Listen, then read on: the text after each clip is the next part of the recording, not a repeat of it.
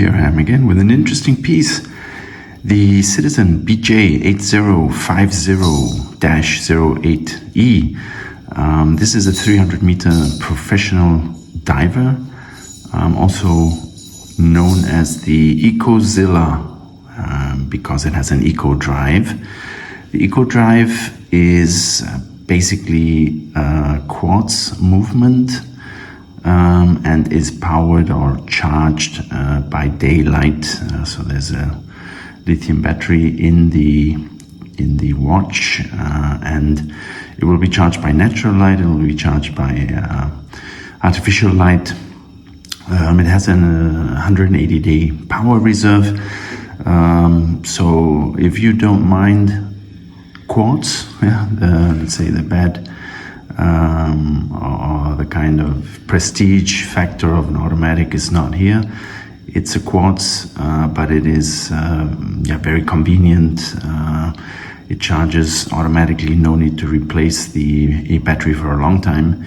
I'm sure this capacitor or battery somehow does lose efficiency over time, but if you keep it charged, if you keep it running, then you'll have a lot of years ahead of you without having to worry about any battery charge. So they're maintenance free. This is a big watch. I guess that's why it's called the Ecozilla, because of the eco drive plus simply this huge size. It's a monster. It's 165 grams. It's 48 millimeter diameter, 18.6 millimeter thickness. So this is one big lump of metal, of steel, stainless steel. And honestly, this is one of the most underrated dive watches you can get for the money. It is pretty cheap compared to real other entry-level dive watches, which are much more expensive at a much less, let's say, dive rating, depth rating, and this thing is like a tank. It's a kind of watch, I guess, if there were the end of the world, Armageddon or something, and you had to choose a watch, this would be one thing you would maybe consider to take along to the end of the world.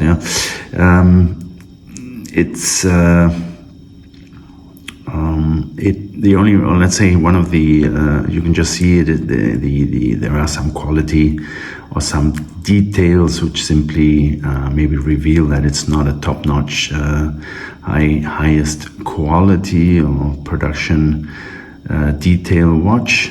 And one of those details would be the bezel. It is, very iconic, big lettering, readability is good, but it's a 60 click bezel, so it's not, doesn't have the feel of a precision instrument. It's just a sturdy bezel, gets the work done. It's unidirectional, it gives you a good feedback, I guess, and it's more or less lines up. It's sturdy, and it has this interesting, if you look at it from the side, this kind of ashtray design, I would call it also, even though the original ashtray would be more like this one, which is also a beast. This is also referred to as the ashtray, maybe a more pronounced ashtray, but the Ecozilla is also has this ashtray design. What is interesting is the watch is huge, 48 millimeter diameter, but the glass itself does look a bit small, like some kind of a submarine kind of porthole or something. It's small compared to the rest of the watch, and this unfortunately is not a sapphire crystal.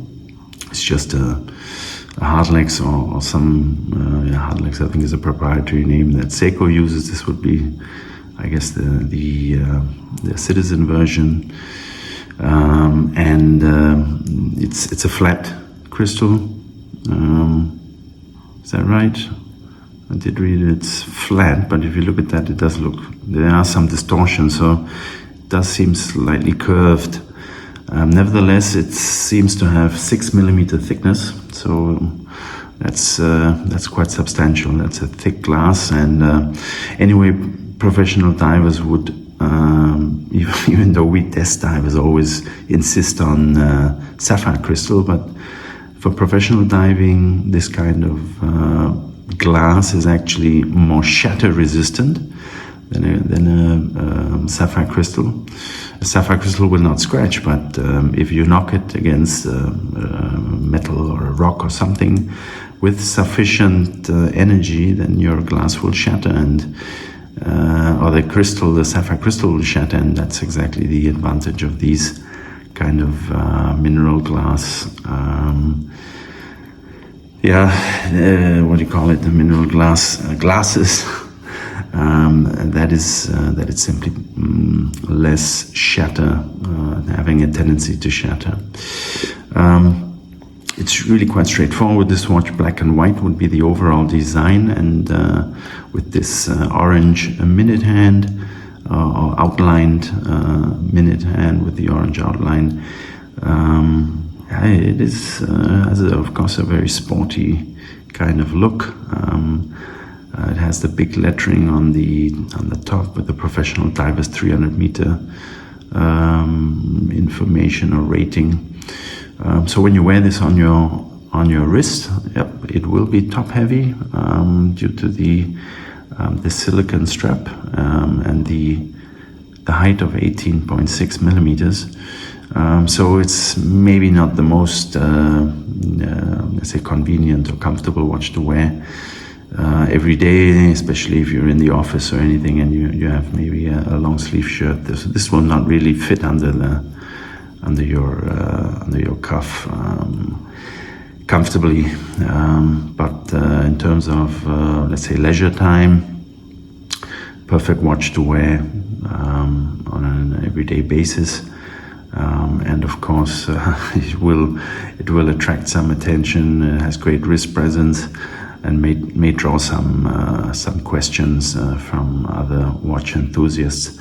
The silicone strap actually, it's not as soft and subtle as let's say the latest generation of silicone straps.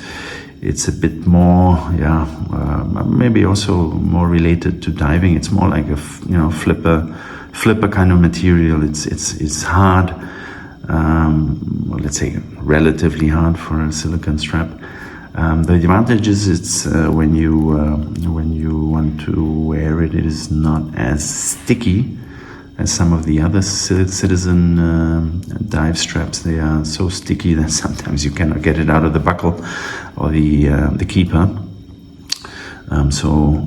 Anyway, the strap is durable. I've had this for many years, and it's still in good condition. No cracks, nothing. We have a metal keeper, stainless steel keeper. It's already taken some beating, some damage. But I mean that's what this watch is for. This is not a watch to keep scratch free. This is to take the beatings we all get in life. This will reflect your life over time, it adds to the character of the watch. As you can see, due to this, it's basically somehow lugless in terms of the strap is directly attached to the watch, so it is quite wearable. It's not too big in terms of lug to lug. And the nice feature here, as we can see, is this screw-down caseback, which for this kind of price class has this really appealing, iconic, kind of classic dive helmet, which deeply engraved, which is really nice. You wouldn't expect it. Usually the Citizen Eco-Drive casebacks are pretty boring. They have no dive-related signage or icons, so this is really refreshing, even though this is pretty old already. But I would encourage them to, if they can, to just put this on other watches. It just really gives it a totally different character. So here we just have some laser marking, 300 meter for mixed gas diving. So yeah, this is for serious diving, obviously, not just for swimmers or skin divers. We have the reference to the B873 caliber, which is the Eco Drive I mentioned. Other than that, nothing special on the Caseback. It's not a limited version or not a numbered version. It just has a serial number. Nothing special. You can still get them, so I suppose it's pretty a good cash cow for Citizen. They've kept this running for many years. Still available, and as I mentioned, a really good price for what it does. If you compare it to other watches, even other Citizen watches, if I compare it to the other Dive Beast, this one, which is also very iconic, very beautiful, but this is, I would say, at least 2 times as expensive, double the price. No, the wrong way around. This is the right way. Yeah, so a very economical watch. Maybe that's also what the Eco Drive stands for here. It's not only Ecozilla, it's also eco friendly in terms of price, economic, and I can only recommend this watch. A total home run in terms of you really feel satisfied with what you get for the price. All right, guys, that's about it for now. Peace out. Bye.